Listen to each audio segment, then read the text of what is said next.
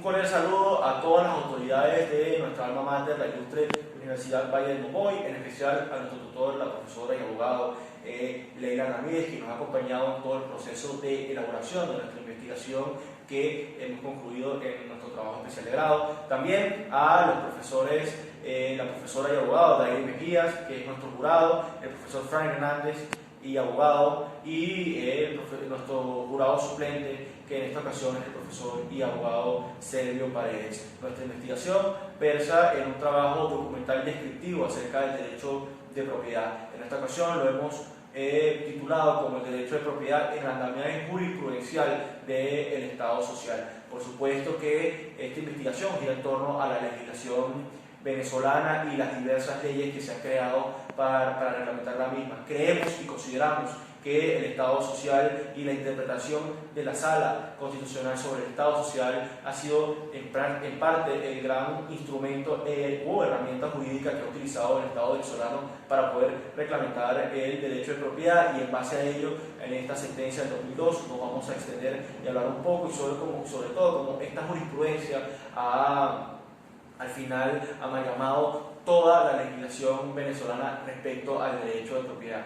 Pero, en primer lugar, debemos hablar del derecho de propiedad, de su evolución histórica y además cuál es su función económica, cuál es la función que tiene el derecho de propiedad para generar bienestar y progreso dentro de las sociedades. Para entender el derecho de propiedad debemos entenderlo como una institución que nace de manera espontánea. Las instituciones debemos entenderlas como aquellos entes que son creados por la sociedad de manera espontánea, donde los individuos se organizan e intentan reglamentar o dirimir sus conflictos de manera pacífica. Así nace el derecho de propiedad mucho antes de su positivización. No se puede entender el derecho de propiedad como algo que ha sido otorgado por parte del Estado o por parte de la autoridad, ya que el derecho de propiedad lo hemos visto durante la evolución de nuestra sociedad, la evolución de nuestras comunidades, donde pequeñas comunidades se agrupaban para defender su propiedad frente a otras comunidades. Luego las mismas comunidades y esas mismas sociedades que se iban creando al final pues terminaron por reglamentar ellos mismos de manera espontánea su propiedad y dirimir estos conflictos de manera pacífica, no violenta, y además que fuera una garantía para que la comunidad respetara, respondiera y sobre todo supiera de quiénes son las propiedades y que la gente pudiera externalizar el uso de su propiedad, internalizando por supuesto las acciones que terminan siendo en detrimento o en favor de la sociedad. Luego de esto debemos hablar de la positivización del derecho de propiedad, que no está muy claro dónde nace el derecho de propiedad, dónde se positiviza por primera vez el derecho de propiedad, pero por supuesto encontramos algunos indicios en el primer manual o código de comercio griego o en el derecho romano. Y aquí hay que hacer un paréntesis y hablar de cómo caracterizaban estas instituciones griegas y romanas al derecho de propiedad, ya que para ellos era muy especial que se entendía el derecho de propiedad como un derecho absoluto, un derecho que no podía ser violado por las autoridades estatales o por la autoridad que estuviera en esos momentos, por supuesto el poder del Estado y del espacio territorial. Este también era perpetuo, ya que si alguien poseía algún derecho de propiedad tenía derecho a poseerlo durante toda su vida y era de exclusividad. Esta es la principal característica que vamos a ver durante todo el estudio del derecho de propiedad. El derecho de propiedad es o ha tenido parte del progreso porque es de exclusividad. Solamente las personas quienes tienen derecho sobre bienes son las personas que pueden utilizar este derecho de propiedad, o son las únicas personas autorizadas para utilizarlo o tercerizar incluso ese bien que está sujeto a derechos de propiedad. Así que acá es donde podemos conocer y ver cómo, por un lado, nace el derecho de propiedad desde un punto de vista espontáneo de la sociedad, que luego se organizó y lo tuvo que positivizar la autoridad o el Estado, y gracias a ello debemos hablar también de la evolución histórica del derecho de propiedad en nuestro país, en Venezuela. Por supuesto que las primeras legislaciones en nuestro espacio territorial, al menos que conocemos o a las que tenemos acceso, son legislaciones u ordenanzas emanadas desde la corona española en los tiempos de conquista, pero a ello debemos referirnos luego la evolución que ha tenido el derecho de propiedad luego de nuestra independencia venezolana, y aquí podemos graficarlo de manera muy simple. El derecho de propiedad, al menos para la Constitución de 1821, era reconocido como un derecho absoluto. Es decir, la propiedad no debía ser destinada a utilidad pública de manera obligatoria por parte de la autoridad o por parte del Estado. Así que aquí es donde vemos una principal diferencia con el artículo 115 de nuestra Constitución hoy de la República Bolivariana de Venezuela, la Constitución del 99, donde habla de que la propiedad privada, toda persona tiene derecho a la propiedad privada, pero esta estará, por supuesto, sujeta a contribuciones, restricciones y obligaciones emanadas de las leyes venezolanas. Esto ha tenido, por supuesto, y tiene el derecho de propiedad una función económica. Durante la Revolución Industrial, durante las grandes revoluciones que trajo el capitalismo a la sociedad, la principal virtud de la misma y la principal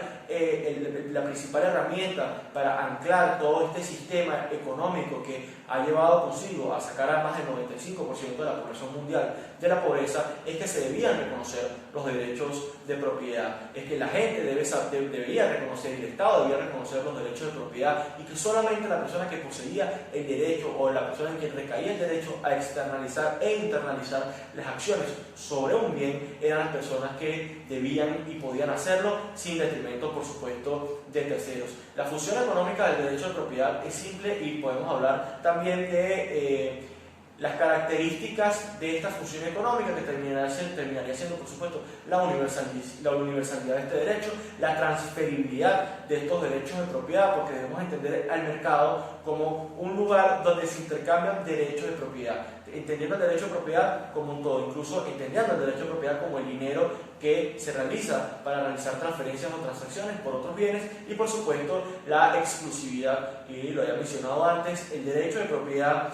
su principal virtud es que es exclusivo para quien lo posee. Solamente el dueño, el poseedor de ese derecho sobre este bien es la persona que podrá externalizar e internalizar las acciones o virtudes que se han emanado desde la propia acción, y por supuesto responder ante terceros por algunos detrimentos a otros derechos de propiedad. Ahora bien, continuando con la presente defensa, es necesario mencionar la sentencia de la Sala Constitucional del Tribunal Supremo de Justicia, en donde se hace una interpretación exhaustiva de la figura de Estado social contenida en la Constitución, que comienza a regir la vida jurídica y la Constitución del Estado venezolano como un Estado social en 1999. Esta sentencia nace ante una demanda o bajo intereses de derechos difusos y colectivos de la Asociación de Deudores Hipotecarios de Vivienda Principal del Estado Lara, en contra de la Superintendencia Nacional de Bancos, instituciones financieras de crédito y de las instituciones de protección y educación a los consumidores y usuarios. Sin embargo, no trataremos esto en la presente defensa, pero se hace necesario mencionarlo. Es importante mencionar que en esta sentencia se hace una interpretación de la figura de Estado social, haciendo una recopilación de los datos históricos en base a la cual se fundamenta esta figura de Estado social. Comenzando con las ideas de introducir los derechos sociales en las constituciones y posteriormente haciéndolo en el desarrollo legislativo. La sentencia en comento hace mención a la interpretación que hace el Tribunal Supremo de Alemania, en donde interpreta la figura de Estado social y dicta que no necesariamente ante el escaso desarrollo legislativo de lo que significa el Estado social no se puede hacer nada, sino que la jurisdicción en materia constitucional puede, a través de interpretación de leyes, interpretar las mismas en beneficio o en consonancia con los preceptos de Estado social. Esto, sin embargo, por supuesto, contraría los principios de legalidad, porque otorga a la Sala Constitucional la capacidad de interpretar las normas jurídicas atendientes a la materia de Estado social, no preservando así el principio de legalidad contenido solamente en el ordenamiento jurídico. Es importante mencionar que además la Sala se nutre de un doctrinario alemán llamado Ernst Forster, el cual, además de interpretar el Estado social, compete al Estado la función de brindar bienes y servicios a los ciudadanos, al considerar que esto no está en las capacidades propias de conseguir estos bienes y servicios, generando así una desconfianza o empezando así con una desconfianza para con las capacidades de los ciudadanos. Otra parte importante de la sentencia es cuando sobrepone los derechos colectivos sobre los derechos individuales. Por supuesto, aquí la propiedad privada se ve supeditada a estos derechos colectivos, al considerar que puede existir una comunidad o unas personas en el estado de minusvalía jurídica y otra persona que está en una posición más favorable, puede ser en una posición económica más favorable o porque sea poseedora de mayores bienes. Por tanto, la tutela judicial debe ir en aras de proteger y preservar los derechos de este colectivo, actuando en detrimento así de los derechos de propiedad que son principalmente de carácter individual, sin menoscabo, por supuesto, de la capacidad de asociación y constitución del derecho de la propiedad para el correcto uso, goce y disfrute del mismo. Del mismo modo, la sentencia hace referencia al principio universal de la autonomía de la voluntad de las partes, que es un principio contractual en el cual interviene en razón de preservar los derechos que se constituyen en un Estado social y que hemos mencionado en el trabajo. Es así como diferentes materias se vieron supeditadas y vieron restringidos los derechos de propiedad, tanto en materia civil, por ejemplo, con los arrendamientos de viviendas principales, en materia agraria, con las ocupaciones ociosas de tierras, por ejemplo, en donde la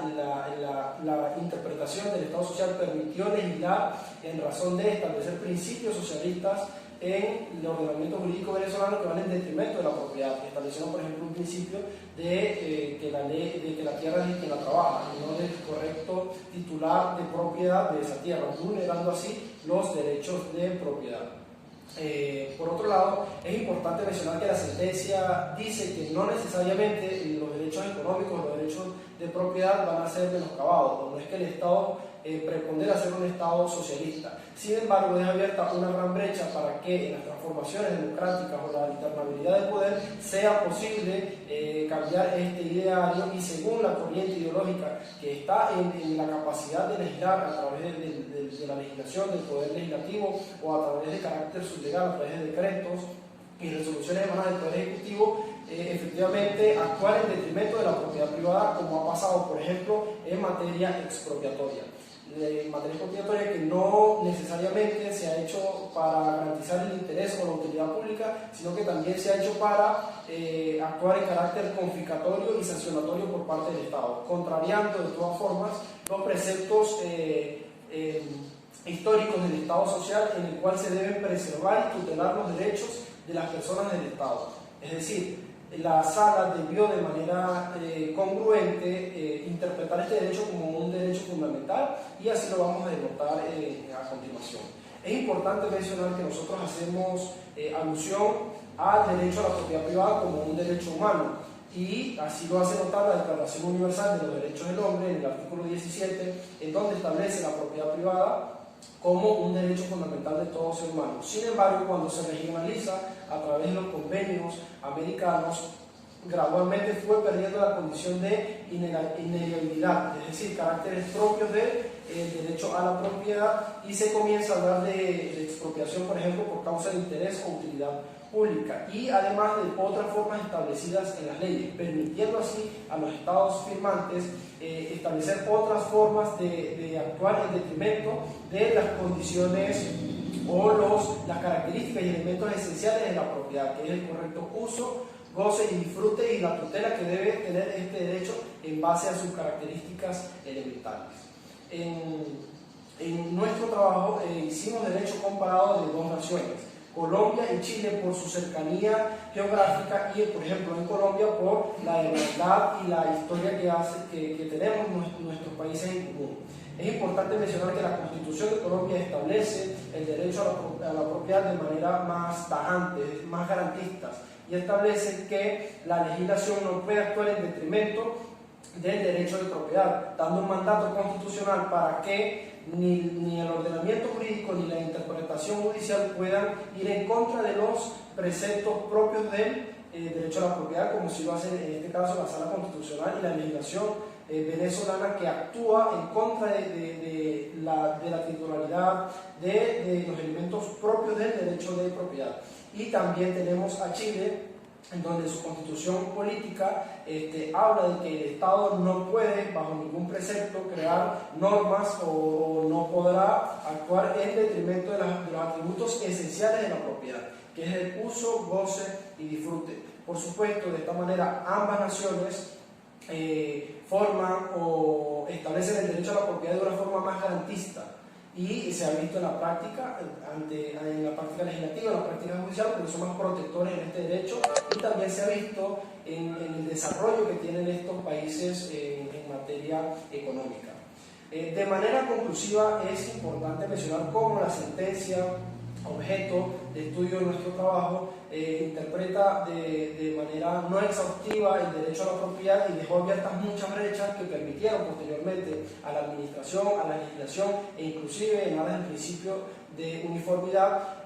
al sistema judicial para actuar en detrimento de la propiedad privada y no brindar la suficiente protección y garantía jurídica a los titulares del derecho de propiedad. Se hace necesario que la jurisdicción